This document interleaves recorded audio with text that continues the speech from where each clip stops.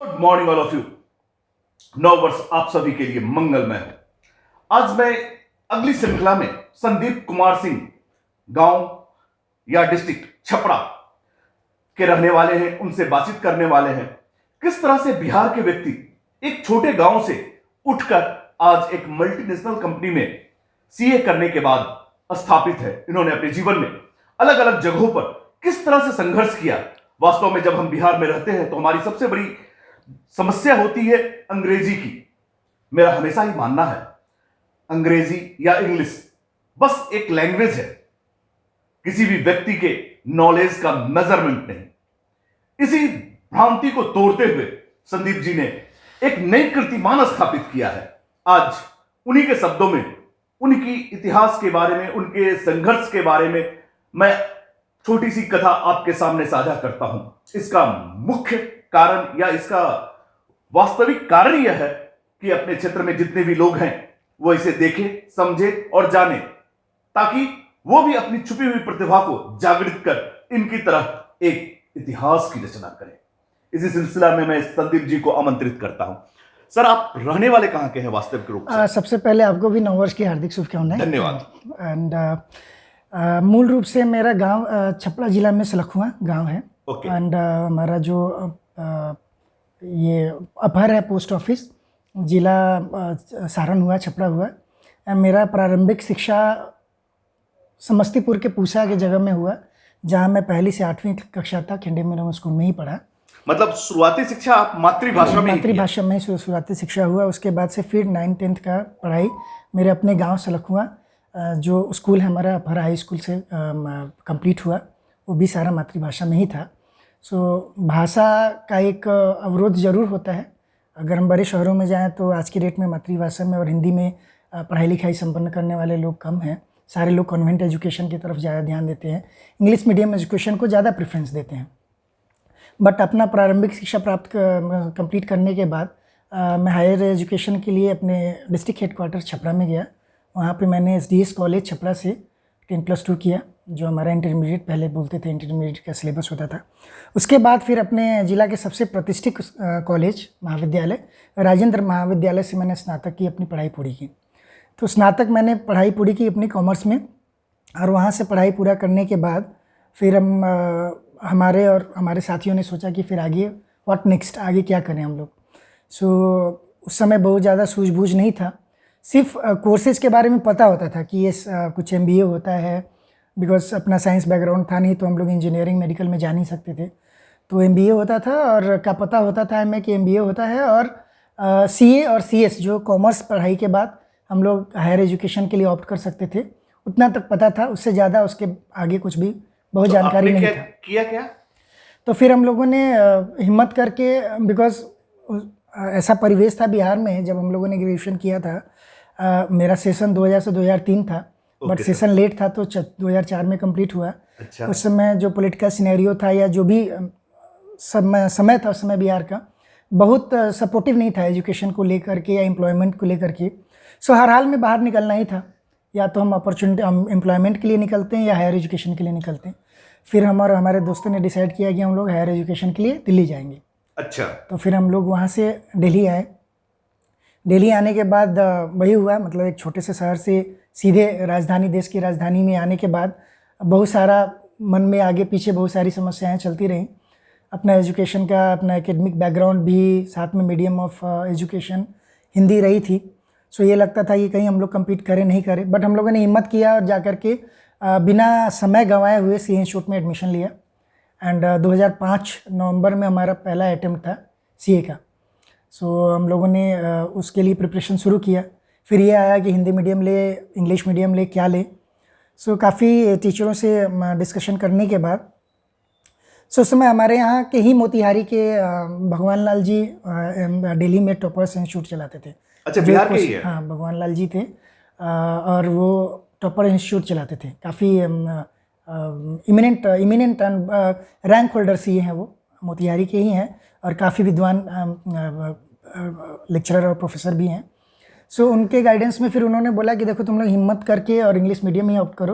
अगर हिंदी मीडियम में CA कर भी लोगे तो फिर आगे आकर के करियर में काफ़ी बाधाएं आएंगी। सो फिर हम लोगों ने पढ़ाई शुरू किया उनके कोचिंग में भी, उनके मार्गदर्शन में भी। और इंग्लिश मीडियम लिया तो एक साइड में डिक्शनरी होता था, एक साइड में अपना कोर्स का करिकुलम होता था। कहने का तात्पर्य एक तरफ कोर्स, दूसरी तरफ ऑक्सफोर्ड डिक्शनरी, और उसके साथ ही पढ़ते रहें, समझते रहें एक तरफ।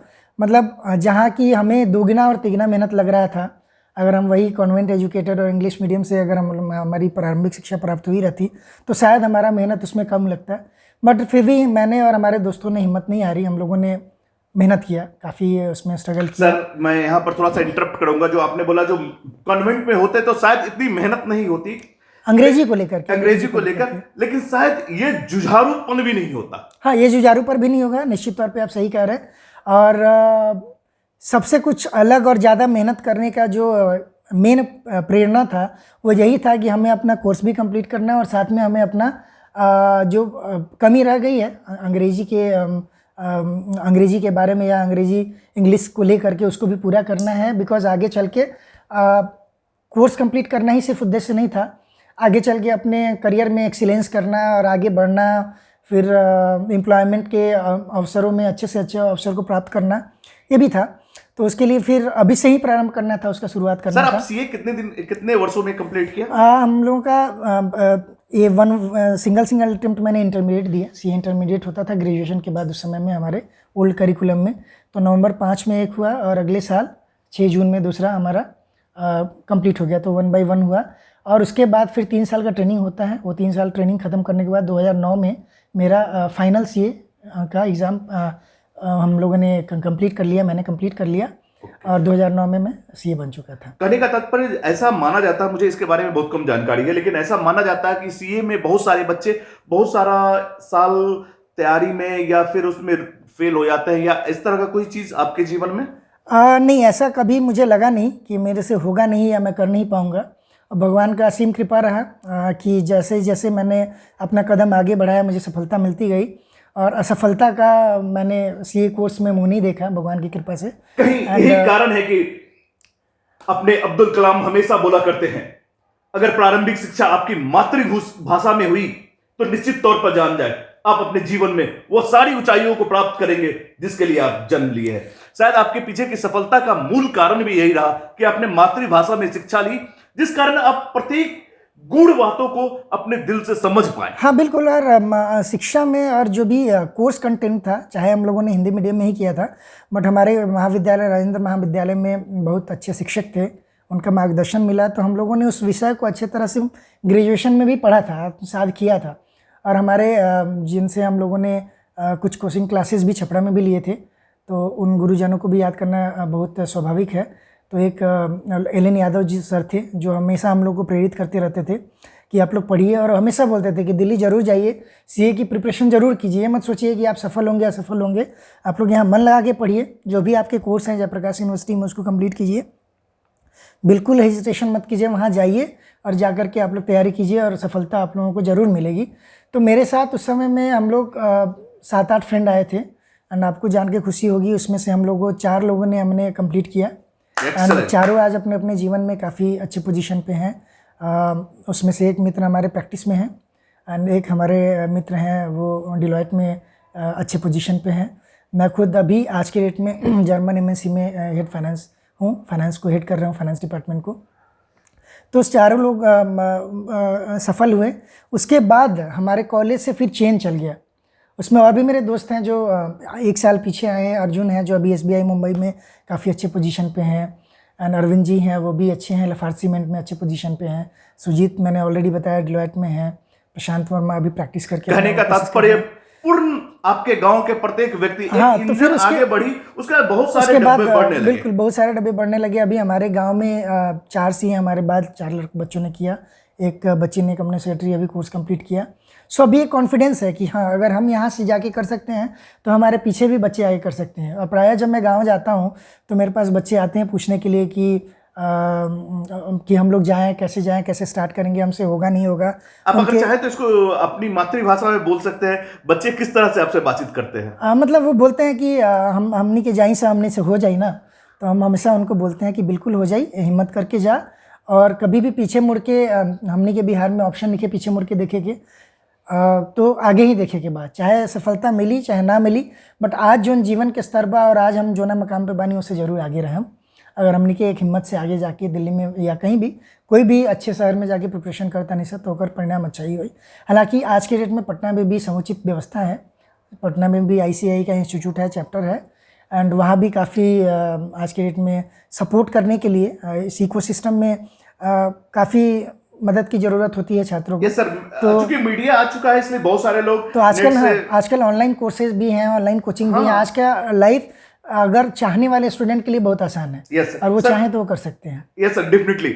लेकिन आपने जो मुझे ये डायरी दिखाया देखने के बाद काफी मुझे प्रेरणा मिली, जरा इसके बारे में कुछ बताएंगे?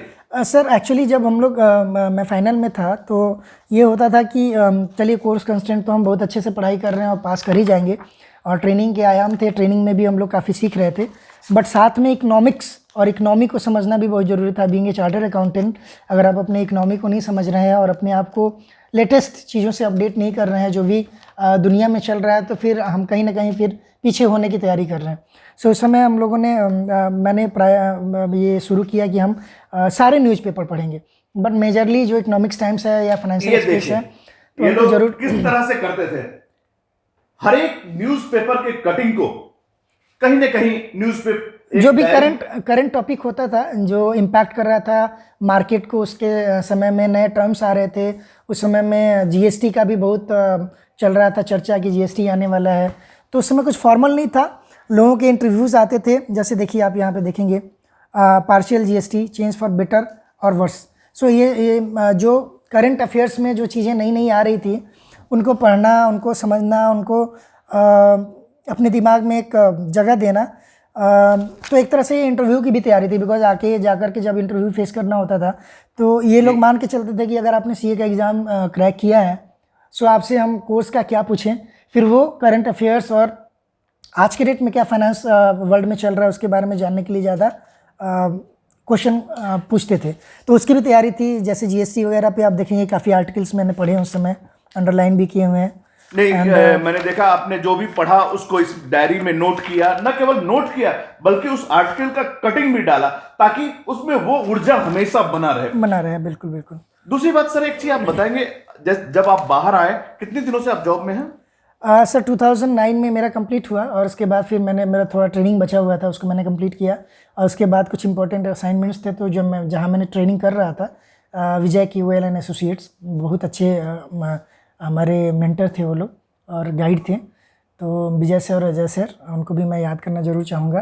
तो उनके कुछ इंपॉर्टेंट असाइनमेंट थे तो उनको कंप्लीट करने के लिए उन्होंने मुझे बोला, तो मैं 2010 तक उनके साथ रहा, 9 के लास्ट 10 के बिगिनिंग तक। फिर 2010 में मेरा फर्स्ट मेरा कॉर्पोरेट वर्ल्ड में जॉब मैंने ऑप्ट किया, वो था मेरा Daikin air conditioning India private limited. So वो डाइकिन AC बनाती है, वर्ल्ड नंबर 1 कंपनी है एयर कंडीशनिंग में। सो डाइकिन में आई वॉज वेरी फॉर्चुनेट कि मेरा फर्स्ट एम्प्लॉयमेंट करियर का स्टार्टिंग मेरा डाइकिन एयर कंडीशनिंग से हुआ। वहाँ भी मुझे बहुत एक्सपोजर मिला, बहुत सीखने को मिला, और वहाँ भी जो मेरे मेंटर थे, गाइड थे, वो लोग काफ़ी अच्छे थे, उन्होंने बहुत मुझे प्रोत्साहित किया नई नई चीज़ें करने के लिए और करने के लिए। उसके बाद फिर मैं अगेन एक जर्मन कंपनी में गया जो JV था, इंडियन और जर्मन कंपनी की। सो उसमें मैं गया, वो Mahle filters limited, Mahle filter limited. हाँ, Mahle filter India limited. So वो एक्चुअली तो बेसिकली ऑटोमोबाइल की कंपनी थी, उसमें फ़िल्टर बनता था और काफ़ी अच्छी कंपनी थी वो भी, उसमें मैंने थोड़ा सा समय लगाया। उसके बाद फिर मेरा major portion of professional career फिर मैं मिंडा इंडस्ट्रीज़ में आया, मिंडा इंडस्ट्रीज़ लिमिटेड में। वहाँ पे लगभग मैंने 9 साल लगाए, 9 साल मैंने स्पेंड किया मिंडा इंडस्ट्रीज़ लिमिटेड में। कई जगहों पे कई प्लांटों में मैंने काम किया। मिंडा में सबसे पहले मैंने पुणे ज्वाइन किया 2012 में, उसके बाद अगेन 2014 में मैं सोनीपत प्लांट में गया, एंड वहाँ भी काफ़ी अच्छा हमारा समय रहा। अगेन मैं दोबारा यहाँ पे 2019 में पुणे आया, उसके बाद से 19, 20 एंड 22 तक मैं यहाँ रहा। फिर अगेन मैंने 22 में जून 21 में, जून 21 में अभी जो करंट कंपनी में मैं हूँ उसको मैंने ज्वाइन किया। अभी किस पद पे है सर? अभी मैं यहाँ पे हेड फाइनेंस हूँ, finance controller. Head finance, yes, एक बहुत बड़ी जिम्मेदारी। यस, बहुत अच्छी जिम्मेदारी, बहुत बड़ी जिम्मेदारी है, एंड बहुत रिस्पॉन्सिबल पोजीशन है। एंड उसको करने के लिए भी अपने आप को काफ़ी लोगों के साथ मिल के क्रॉस फंक्शनल टीम के साथ काम करना होता है, बिकॉज इंटायर अगर आप देखें तो आज के डेट में जो रोल है सीएस का वो काफ़ी डिफरेंट हो गया है। जो ट्रेडिशनल रोल था पहले अकाउंटिंग में ही दायरा हमारा सीमित होता था, वो अभी नहीं है। तो अभी जो मेरी करंट कंपनी है Tristone Flowtech India private limited, it's a German MNC। So उसका स्टार्टिंग अभी इंडिया में नया ही हुआ है, 2005 में ही यहाँ पे वो कंपनी इस्टेब्लिश हुई है। उसके बाद अभी बहुत स्टार्टअप फेज में ही हम बोलेंगे इंडिया में है अभी। सर एक चीज केवल मुझे ये बताएंगे, जो जिस तरह से लोगों का मानना है, जो बिहार के लोग उतने अच्छे राइज नहीं करते, या फिर लोगों का मानना है कि वो चोरी से एग्जाम पास करते हैं, या फिर बिहार के बच्चे जो खासकर ये वीडियो देख रहे हैं उनके लिए आप कुछ संदेश देना चाहेंगे? सर मेरा एक ही संदेश है उनके लिए कि जो भी करें मन लगा के करें। एंड आप जिस भी भाषा में पढ़े, जो भी आपका सब्जेक्ट हो, मैटर नहीं करता है कि आप हिंदी पढ़ रहे हैं या इंग्लिश पढ़ रहे हैं। जो भी आप ग्रेजुएशन में ले रहे हैं, हिंदी में ऑनर्स कर रहे हैं, इंग्लिश में ऑनर्स कर रहे हैं, या कॉमर्स में कर रहे हैं, साइंस में कर रहे हैं, जो भी करें उसमें एक्सीलेंस करें, अपने आप का 100% दीजिए। एंड आज के डेट में अनलिमिटेड अपॉर्चुनिटी है हर भाषा के लिए, हर पढ़ाई के लिए, हर सब्जेक्ट के लिए, हर स्ट्रीम के लिए अनलिमिटेड ऑप्शन है, अपॉर्चुनिटी है। एंड कहीं भी अपने आप को कम नहीं आकिए। एंड देखिए, भाषा को लेकर के कभी भी कोई हेजिटेशन नहीं रखना है, because it's purely a medium of communication. So चाहे हम हिंदी में कम्युनिकेट करें या इंग्लिश में करें, हमारा कम्युनिकेशन इफ़ेक्टिव होना चाहिए, सामने वाले को समझ में आना चाहिए, जो हम उनको मैसेज देना चाहते हैं वो उनको मिलना चाहिए किसी भी भाषा में। अगर हम देखें आज के डेट में इंग्लिश में और हिंदी में, हमारी मातृभाषा में लोग बच्चे आज के डेट में कॉन्फिडेंट नहीं होते हैं। बट मैं बताऊं कि इंग्लिश हमारे नौजवान भटक भी जा रहे हैं। आपको बहुत से बहुत अच्छे इंग्लिश बोलने वाले बच्चे कॉल सेंटर में मिलेंगे, जो अपना लाइफ वहाँ पे शॉर्ट टर्म के लिए स्पॉइल कर रहे हैं, मैं एक तरह से कहूँगा स्पॉइल कर रहे हैं। उसमें से कुछ बच्चे होते हैं स्मार्ट होते हैं, जो उनका एक एम होता है कि मैं 1 साल 2 साल 3 साल करके कुछ पैसे अपना अरेंज करूँगा और फिर मैं हाई एजुकेशन में जाऊँगा, तो वो ठीक है। बट लॉन्ग टर्म के लिए उनको इंग्लिश बहुत अच्छा आता है, बट एक पोजीशन पे जाके उनका करियर स्टॉप हो जाता है और वो अपने आप को फिर बहुत अच्छा फील नहीं करते। तो भाषा मीडियम, सिर्फ कम्युनिकेशन का मीडियम समझिए। आप में अगर हिम्मत है, आप में अगर दम है, आप में निश्चय, आपका दृढ़ शक्ति और निश्चय आपने कर लिया है कि हमको इस मकाम को पाना है, तो आप ज़रूर पाइएगा। आप किसी भी क्षेत्र में देख लीजिए, मीडिया से लेकर के और किसी भी क्षेत्र में, बिहार के लोग कहीं भी आज कम नहीं है।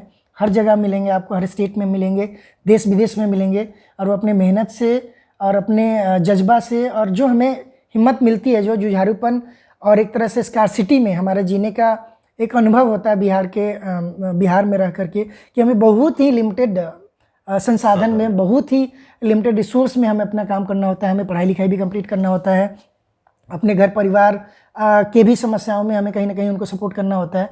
तो वो जो हमें हमारा परवरिश का एक इंटीग्रल पार्ट है, वो लाइफ टाइम हमें सपोर्ट करता है। हम कभी नहीं घबराते हैं, चाहे कितना भी डिफ़िकल्ट पोजीशन हो, कितना भी एडवर्स सिचुएशन हो, हम लोग उसमें से हमेशा बाहर निकलने का ही सोचते हैं, कभी भी उसमें उलझ के रहने का नहीं सोचते हैं। शायद यही कारण है कि प्रथम इकोनॉमिक्स या अर्थशास्त्र के जनक चाणक्य अपने बिहार में ही हुए हैं, और रॉबिन्स की भी यही थ्योरी है, आवश्यकताएं अनंत है, साधन सीमित है, अतः सीमित साधनों का वैकल्पिक प्रयोग करना सीखे। शायद उसी क्षेत्र में आपने भी प्रकाश डालने का प्रयास किया। इस वीडियो में बस इतना ही, लेकिन हां, मैं इस वीडियो के माध्यम से यह बोलना चाहूंगा इनके शब्दों में, वो सारी योग्यता, क्षमता, समर्थता सब कुछ आप में है, बस पहचाने, क्योंकि प्रत्येक व्यक्ति बजरंगबली है, बस जामवंत की कमी है। शायद इनकी सफलता में जिस तरह इन्होंने कई एक बार अपने गुरुओं का नाम लिया, कहीं ना कहीं गुरु का बहुत बड़ा योगदान है।